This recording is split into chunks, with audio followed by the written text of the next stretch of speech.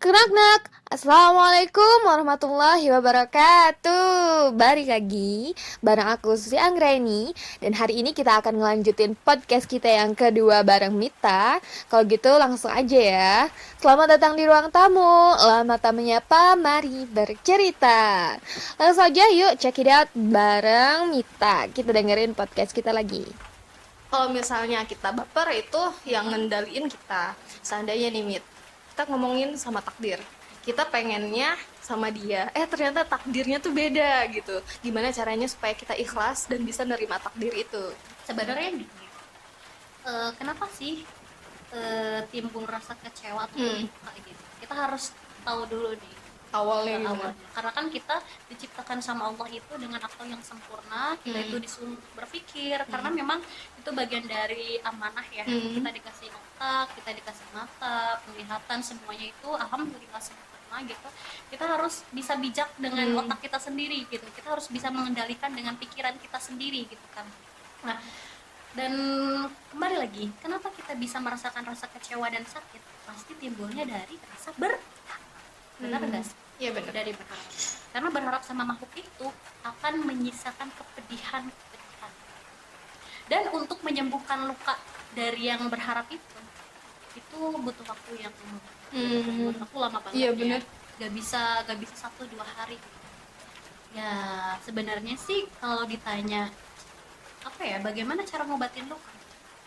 Sebenarnya kita kembali lagi ke Al-Quran aja gitu. Karena Al-Quran itu kan syifa ya, penyembuh bagi hati atau bagi jiwa yang wow gitu kan, jiwa yang bingung lah, Iya benar. ya, jiwa yang nanar gitu, jiwa yang nggak tahu arah gitu.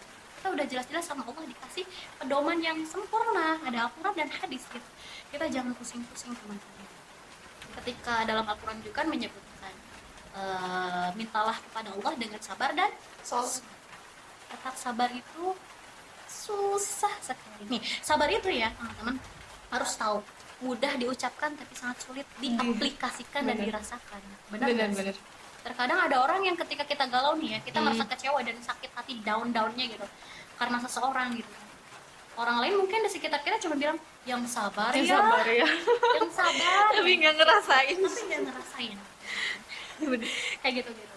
Ya mungkin kita objeknya gitu ngerasain, ya sih sabar mah gampang atuh ya, bilang sabar mah sabar udah wes satu kata gampang sabar gitu. Dan di sini nih Mita mau cerita juga, Mita juga kan pernah buat tulisan tentang bawang yang teriris. Waduh, ini aku baru ingat teman-teman dari Diari Mita yang suka ngepoin Mita, yang suka ngikutin postingannya Mita tiap hari.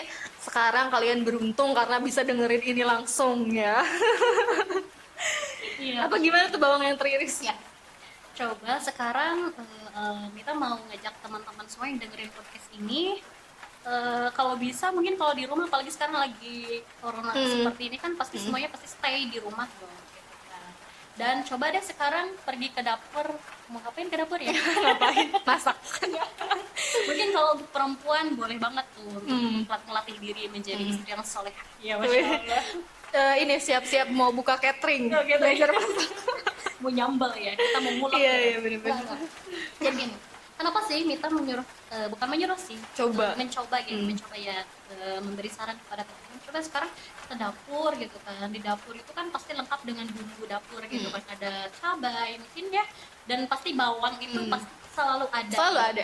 Tapi nggak tahu sih, mungkin teman-teman masih ada stok nggak bawangnya gitu. Belum belanja jalan-jalan. Belanja bulanan. Kayak itu mah ranah yang lain. Di sini coba ambil deh bawang merah. Coba teman-teman kupas menggunakan pisau tentunya ya. Apa yang dirasa? Perih. Panasan ya, maksudnya matanya itu panas gitu. Kenapa sih bisa menangis gitu kan? Kenapa sih bawang itu Ngasih intinya mah ngasih efeknya itu ke matanya itu bikin pedas gitu, bikin nangis. Kenapa? Pernah berpikir nggak teman-teman? Mita tuh pernah nulis ya, nggak tahu sih itu speechless aja gitu, karena memang suka nulis juga. Ketika masak memotong bawang, loh kok yang nangis itu malah yang memotongnya? Oh iya benar nggak sih? Iya.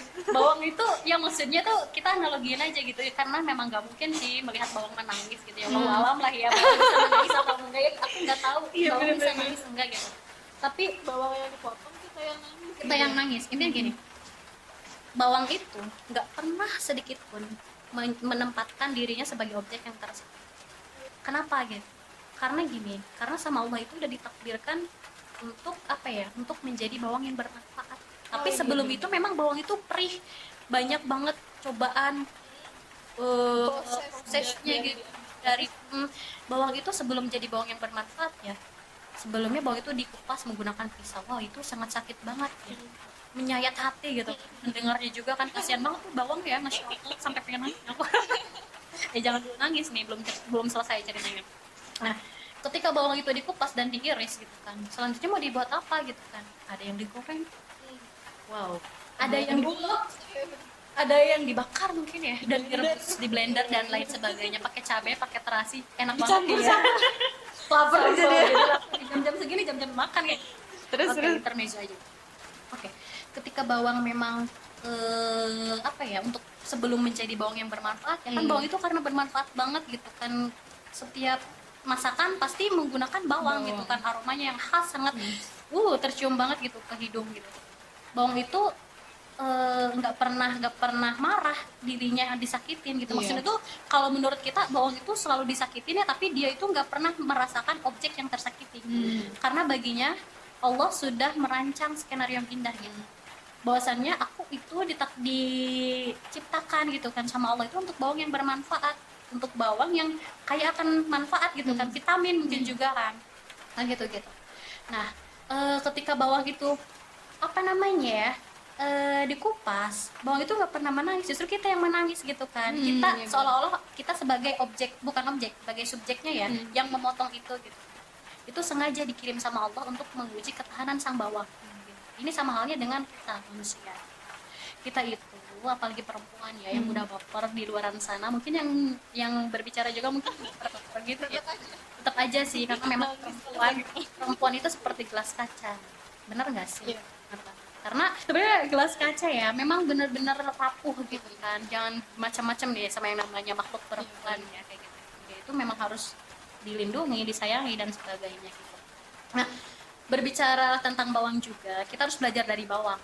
Kita itu ketika apa ya, ada sesuatu yang membuat hati kita dongkol gitu, kita sakit, greget gitu, menggelisahkan dan galau-gelan, apalah bahasanya, galau apa ya, gegana gitu ya, gelisah, galau, merana. Gak tahu itu bahasa dari mana ya, intinya apa ya, jangan sampai kita memposisikan sebagai pribadi yang tersakiti, karena memang apa ya, sama Allah itu udah dirancang ujian, masalah, orang itu punya apa ya, jatahnya masing-masing. Karena nih dunia itu tempat capek, bener nggak sih, tempatnya segala ujian ada di dunia. Terus kapan dong istirahatnya? Kira-kira kapan ya? Nanti ya, nanti di surganya Allah. Istirahatnya kita nanti di surganya Allah, dan mudah-mudahan ya kita semua berharap kan, pasti inginnya gitu kan. Wow, Masya Allah gitu kan, dipanggil dengan jiwa yang tenang.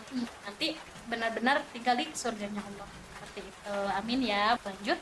Nah, ketika kita memang bukan tersakiti ya, jangan merasa objek yang tersakiti gitu kan. Karena di sana lagi-lagi peran setan mulai gitu kan, membisikkan was-was kekhawatiran akan masa depan yang memang masih gaib gitu kan.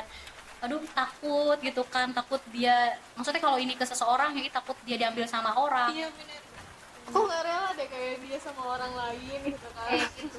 Aduh, aku harus gimana ya, mau mengungkapin dan gimana gitu, apalagi kan Ngungkapin aku perempuan.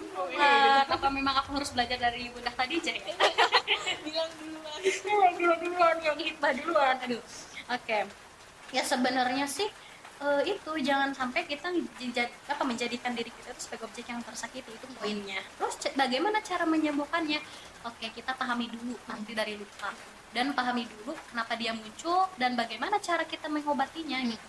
Yaitu poin pertama itu, jangan memposisikan kita sebagai objek yang tersakiti, tetapi harus husnuzon ya, harus banyak husnuzon gitu, berpikir yang positif, berprasangka baik sama Allah, bahwasannya Allah itu sudah merancang begitu sempurna gitu.